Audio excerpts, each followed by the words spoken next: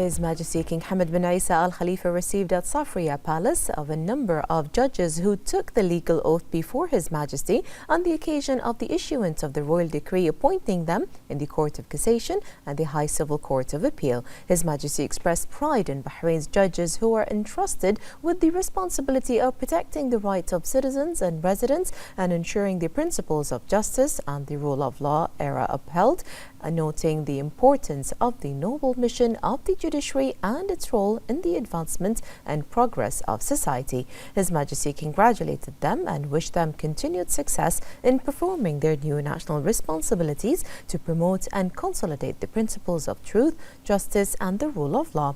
His Majesty affirmed the keenness to consolidate judicial independence and supporting the judiciary and providing it with qualified personnel based on the important role it plays in preserving rights and enhancing the security and stability of society. His Majesty praised Bahrain's long history in the field of justice and its pioneering achievements in this important area. On this occasion, the new judges expressed deep gratitude for the Royal Trust, affirming that they will work faithfully to uphold the rule of law.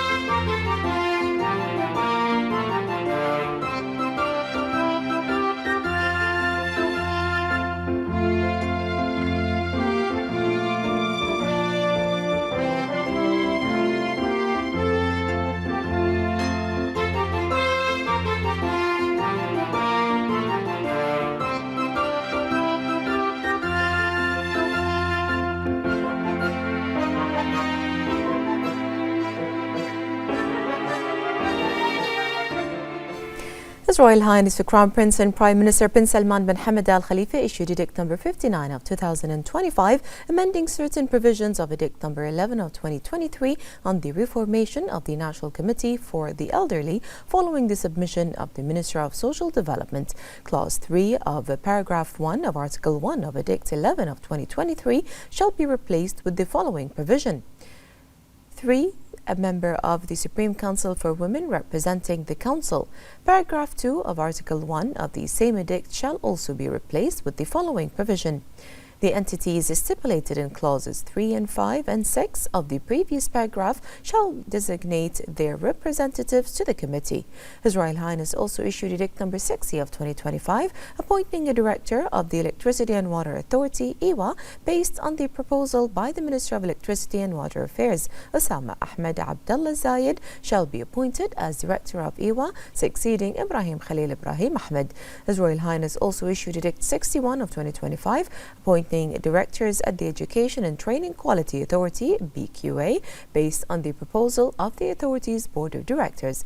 The edict stipulates that the following appointments have been made at BQA.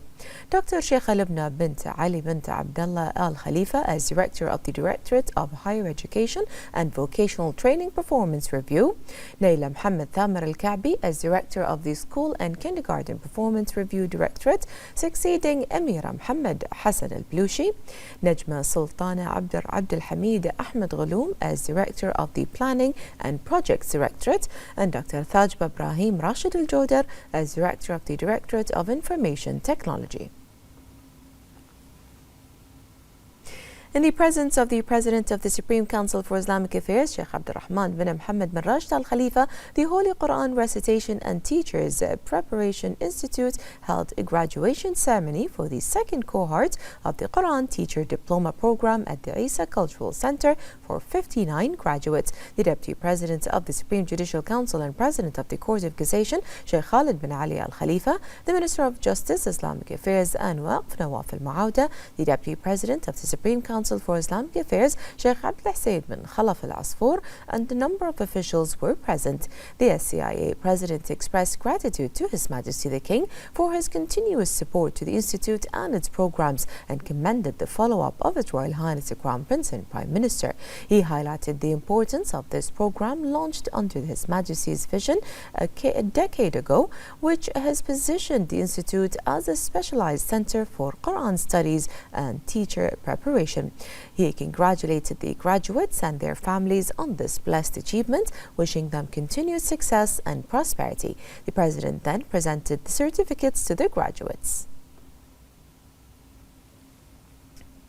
The Minister of Interior General Sheikh Rashid bin Abdullah Al Khalifa met with the U.S. Director of National Intelligence, Tulsi Gabbard, as part of the minister's visit to the U.S. Bahrain's ambassador to the U.S., Sheikh Abdullah bin Rashid Al Khalifa, the Undersecretary of the Ministry of Interior for Nationality, Passports and Residence Affairs, Sheikh Hisham bin Abdurrahman Al Khalifa, and members of the delegation were present. The U.S. Director of National Intelligence emphasized the importance of the minister's visit in advancing bilateral relations and enhancing cooperation, praising the strategic partnership across multiple sectors of cooperation and joint action.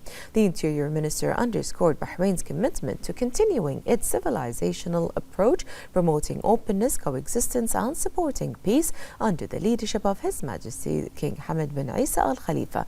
He praised the bilateral relations and strategic partnership, as well as their joint efforts to enhance regional stability. He pointed out to the importance of developing mechanisms for exchanging experiences, continuing to strengthen joint cooperation and facing challenges in a way that serves the interest of the two friendly countries. During the meeting, a number of security topics and strategic issues were discussed, in addition to security challenges and strengthening security, cooperation and coordination.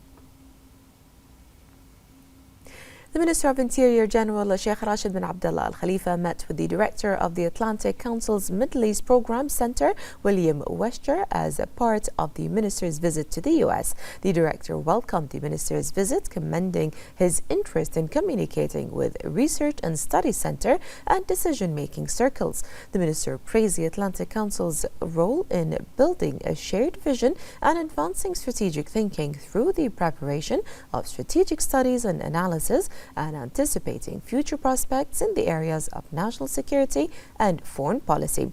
He also highlighted the role of research centers in correcting misinformation across all media platforms. He highlighted the importance of the Memorandum of Cooperation signed by the Ministry of Interior and the U.S. Department of Homeland Security in the field of border security, which relies on the exchange of information to protect the security and territorial integrity of both countries. This is part of the development of border security enhancement programs, which require the signing of international agreements that support the use of modern technology in this field. The minister touched upon a number of projects and initiatives implemented by the ministry, including alternative sentences and advanced reform programs. He emphasized the importance of working to protect the future and expanding partnerships to preserve youth, especially since extremism remain a major threat which requires protecting them from these dangers. Several security issues were discussed in addition to efforts to achieve regional security. The minister was accompanied by the ambassador of Bahrain to the U.S., the Undersecretary of the Ministry of Interior for Nationality, Passports and Residence Affairs, and a number of officials.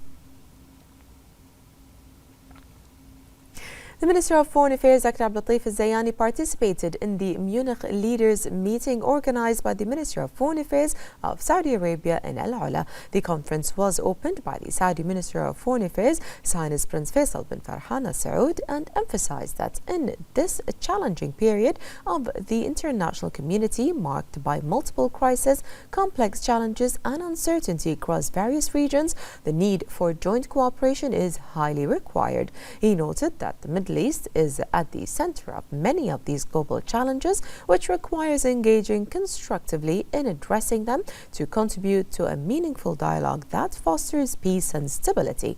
The two-day conference will address a wide range of pressing regional and international issues, including the situation in the Middle East, maritime security in the Red Sea, energy security, the Israeli-Iranian conflict concerning the Iranian nuclear program, support for and reconstruction of Syria, efforts to achieve peace in Ukraine, as well as challenges related to climate, water and food security, among other vital topics.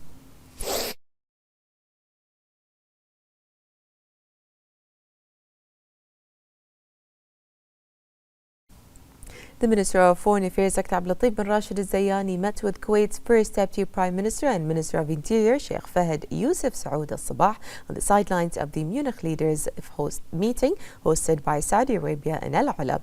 The two ministers exchanged constructive talks and discussed aspects of the long-standing relations, as well as the efforts taken to develop and strengthen them in various fields under the directives of His Majesty the King and His Highness the Emir of Kuwait. They also exchanged views on the progress of joint Gulf action and efforts to enhance cooperation and integration among member states in various fields. The Minister of Foreign Affairs, Dr. Abdulatif bin Rashid Al-Zayani, met with the Minister of Foreign Affairs, Immigration and Egyptian Expatriate Affairs, Dr. Badr Abdelti. The minister discussed the close ties between the two countries and peoples, ways to enhance cooperation in various fields, and exchanging views on the latest regional developments and their implications for regional security and stability. The Minister of Foreign Affairs, Dr. Abdulatif Al-Zayani, met in Al Ula with Minister of State for Economic Cooperation and International Development of Germany, Niels Allen. They discussed the strong friendship between Bahrain and Germany and ways to enhance bilateral cooperation and coordination to meet the aspirations of the two countries and people. They also discussed a number of issues of common interest on the regional and international levels. The Minister of Transportation and Telecommunications, Dr. Sheikh Abdullah bin Ahmed Al Khalifa, participated in the second edition of the Global Rail Transport Infrastructure Exhibition and Conference 2025. The Minister emphasized Bahrain's commitment to the GCC Railway Connectivity Project, highlighting the Kingdom's readiness to implement this initiative through practical steps that reflect its forward-looking vision and active role in regional integration. He underscored Bahrain's strategic location at the heart of the project, noting its role in the success of regional connectivity. The minister pointed out that the railway link would support the logistics system, stimulate economic growth and enhance trade movements between the member states. He added that the King Hamad Causeway and Bahrain-Qatar Causeway projects represent an extension of the strategic approach, emphasizing that these complementary projects in cooperation with the railway network will support sustainable development, increase the efficiency of the transport system and achieve integration among the GCC countries.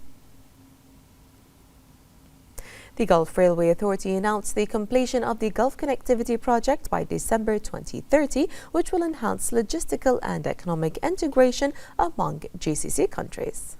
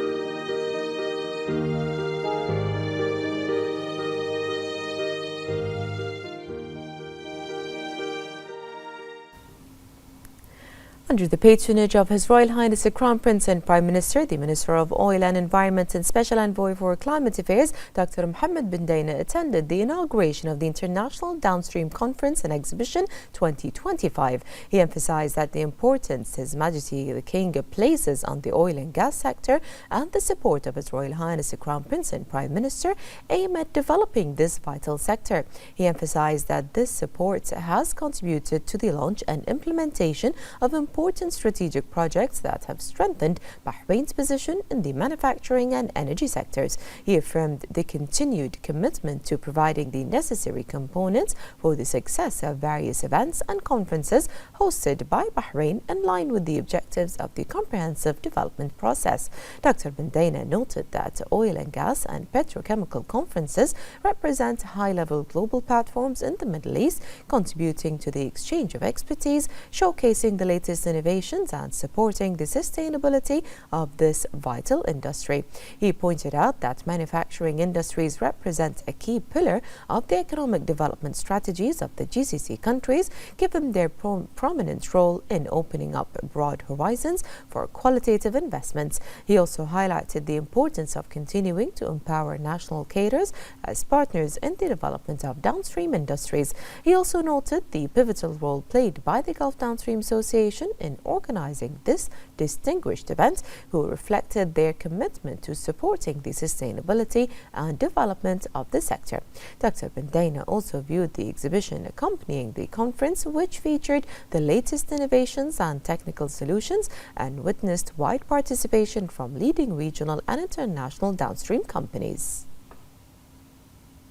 This is a great opportunity for the Gulf Downstream Association to showcase all the great things that are happening right now in this region, in the downstream business and in petrochemicals. And so you see world-class companies all coming together here at this event, showing what they're doing, latest technologies and innovation.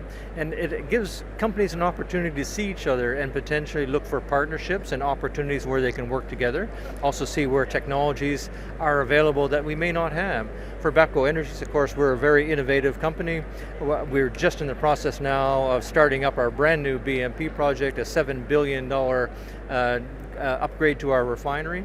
And so coming around and looking at who's doing what and what Aramco has done as an example and so on is very important for us. And it's a very friendly atmosphere for companies to get together and look for opportunities with each other. Following the direct objectives of His Royal Highness the Crown Prince and Prime Minister to offer 3 job opportunities to every registered job seeker before the end of the current year, the Minister of Legal Affairs and Acting Minister of Labour, Yusuf Khalaf, conducted an inspection tour at the Employment Training Centre. The Minister met with several registered job seekers, listened to their feedback on recruitment procedures and emphasised that all comments are considered to improve service delivery and facilitate employment processes. He affirmed the commitment to launching specialised initiatives supporting employment efforts, providing job opportunities for citizens and integrating them into private sector establishments, which is a primary partner in the Ministry's employment and training programmes. The Minister of Social Development and Chairman of the National Committee for the Elderly, Osama Al-Alawi, affirmed that the International Day of Older Persons, which falls on October the 1st, represents an occasion to remember the contributions and efforts made by older persons in serving the nation. He explained that the Ministry continues its efforts to care for the elderly and works to strengthening community partnerships, operating daycare centres for parents in various governorates, providing social and recreational programs that contribute to the integration of older persons into society, enhancing their family and social communication, and continuing to develop the system of services provided to them to meet their needs. Bahrain joins the rest of the world in celebrating International Day of Older Persons, which embodies the values of social solidarity. More in this report. On the 1st of October each year, the Kingdom of Bahrain joins countries around the world in celebrating the International Day of Older Persons. This occasion is a reminder of the wisdom, experience, and lifelong contributions of senior citizens and reflects Bahrain's commitment to honoring their role in society by providing them with utmost care, respect, and support. As part of community partnership, the Ministry of Social Development oversees the operation of centers and institutions across the kingdom that provide shelter, care, and support for senior citizens. These centers offer comprehensive social, medical, psychological, and recreational services, while also developing programs that highlight the abilities and expertise of seniors, ensuring their active integration within society. Bahrain's commitment to its senior citizens extend back decades, as it established a national strategy for older persons, which focused on the development, health, and well-being in later life. Through strong collaboration between the public and private sectors and civil society organizations, services for senior citizens continue to be enhanced, ensuring they will always be valued members of the community. The CEO of the Bahrain Center for Strategic International and Energy Studies, Dirasat, Abdullah Mohammed Al Ahmed, announced the launch of the center's non-resident fellowship program. He emphasized that this program represents a strategic addition to Dirasat's journey, reflecting its commitment to investing in global intellectual capital, leveraging global expertise to produce in-depth knowledge that supports national policymaking and reinforces Bahrain's position as a regional and international knowledge hub. He explained that the new program aims to build a sustainable system capable of producing diverse and innovative ideas and providing in-depth analysis that keep pace with global transformations and support sustainable development paths. The program targets specialists from within and outside the kingdom in the center's main areas of work, including strategic and international affairs, economics, energy, and the environment, ensuring diversity of expertise and integration with national and regional priorities.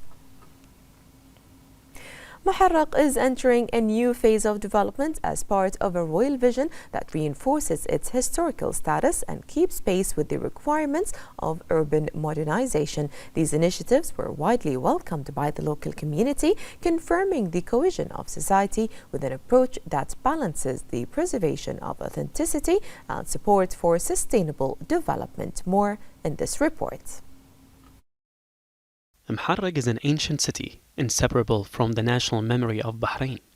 It represents a complete story that stores the fragrance of history in its alleys, and the walls of its old houses tell the story of the ancestors who shaped the social and economic life of the kingdom with their own hands.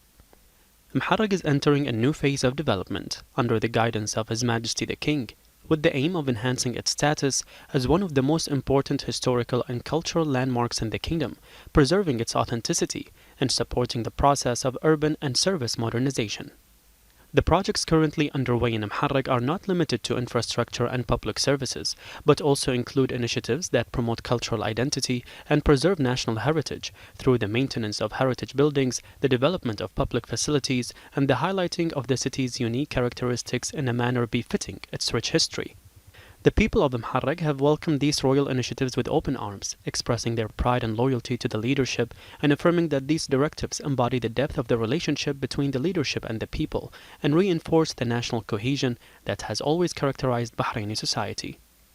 Thanks to this royal vision, Mharraq will remain a living witness to the history of the kingdom, a symbol of authenticity and loyalty, and a living memory passed down from generation to generation.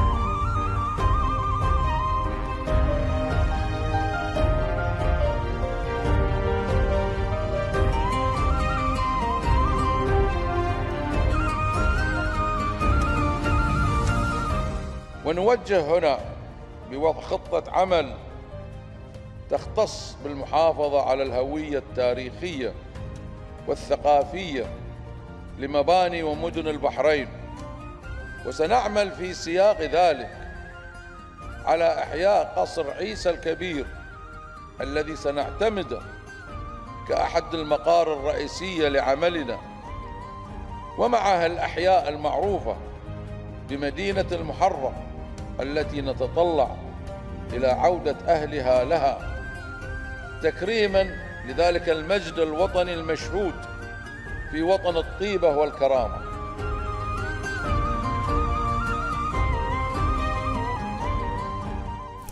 The Ministry of Housing and Urban Planning and Iskan Bank are organizing the 5th edition of the Mobile Branch Initiative for Housing Finance at Inma Mall. The ministry affirmed that the initiative comes after the outstanding turnout of the previous edition, which aimed to introduce citizens to housing finances as one of the immediate services that enable them to choose the most suitable financing solution for them. The ministry pointed out that the mobile branch will provide financing consultations to citizens in addition to all inquiries, terms and financing criteria.